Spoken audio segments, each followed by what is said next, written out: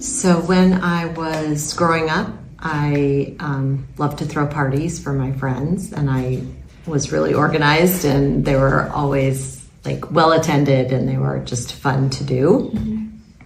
But when I went through school, honestly, I didn't know what I wanted to be when I grew up.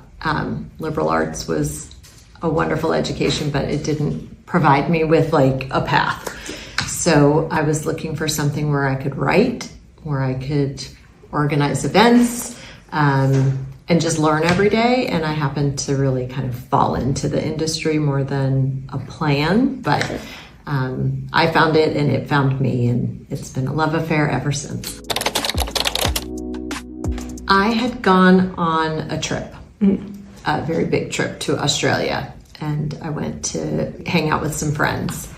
And in meeting other people there were so many people that were either doing their own thing or owned a business, and they seemed so much happier than I was.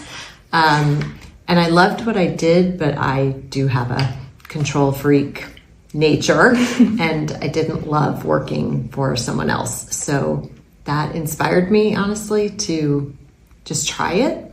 And I didn't have a plan because I'm not really a great planner. But I figured I was young enough that if I failed, I could always get another job. And that was 34 years ago. So,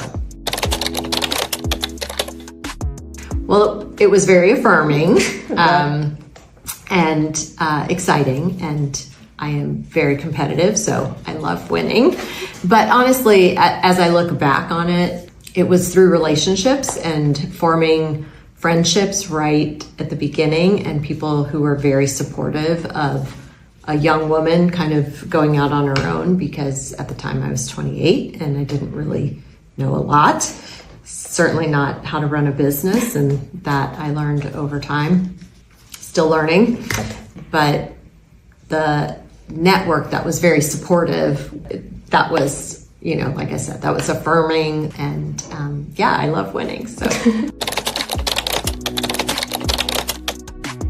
I think the nice thing about our industry is that there are a lot of women in our industry. It's not as male dominated as some of the clients that we work with. So I never felt like I was pushing a rock up a hill.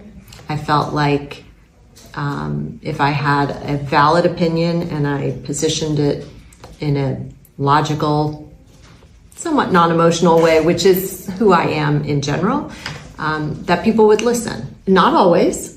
But I always took the tack with my clients that, hey, this is my opinion. If you want to do something different, ultimately we'll do it. But if it fails, I'm going to come back to you and I'm going to reinforce that maybe we should have gone a different route and this would be the route to go. And that has happened. There have been occasions where the clients have said, I want to do it this way. We do it this way. It doesn't work. And we say, now can we do it our way? And it usually works. Oh, a lot of things. Way too many things to list in this particular interview. I kind of bootstrapped the company with my own money when I first started, and that was hard. It was a lot of lean years. So I would say, two things, I guess. Have a better plan. Understand what that plan's going to cost. Save up for that, but do it. If you have a passion for something to try, don't be afraid to fail, because I fail every day here, every single day. But I learn from that, and that's why I still do what I do, because I think to not learn from something is, it's just sad. Like, I hope everyone can learn something on their job, because it takes up so much of your life. The other thing I would say is I'm not the most patient person in the world. I tend to be more patient with team members when they're learning or I'm trying to teach them something.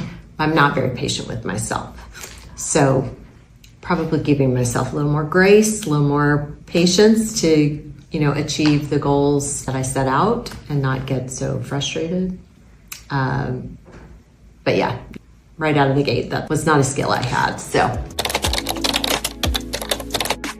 yeah, trust your gut 100%. If you feel like no matter what the level of competition is. If you feel like you've got, something that you can contribute, go for it. There's nothing that can hold you back except yourself.